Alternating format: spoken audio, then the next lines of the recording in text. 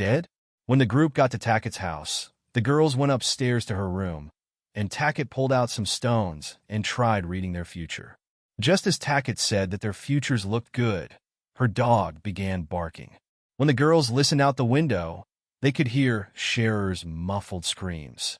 Tackett ran into the kitchen, grabbed a paring knife, and ran outside. She threw open the trunk and without warning stabbed Sharer multiple times, hoping to silence her. Finishing, Tackett closed the trunk and returned to her room, where the others were waiting. She was covered in blood. After a brief pause, Tackett announced that they needed to go for a ride. Rippy and Lawrence refused, so Loveless and Tackett left by themselves. As Loveless and Tackett drove around, deciding what to do next, they stopped to see whether Sharer was dead.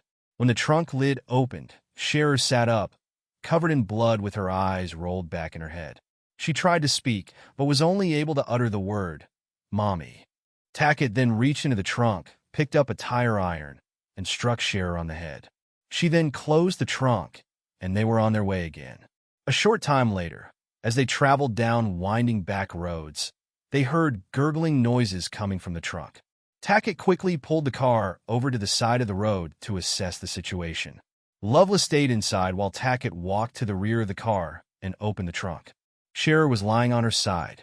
She looked as though she had been painted red, and strange gasping and gurgling noises were emanating from her chest wounds. Tackett grasped the tire iron again and brought it down hard on Sharer's head several times. One of the blows was so severe that a chunk of Sharer's skull broke off. Satisfied with her handiwork, Tackett shut the trunk and walked back to the front of the car. When she got inside, she placed the end of the tire iron under her nose and smelled it. She began laughing as she explained what had happened and waved the tire iron under Loveless' nose.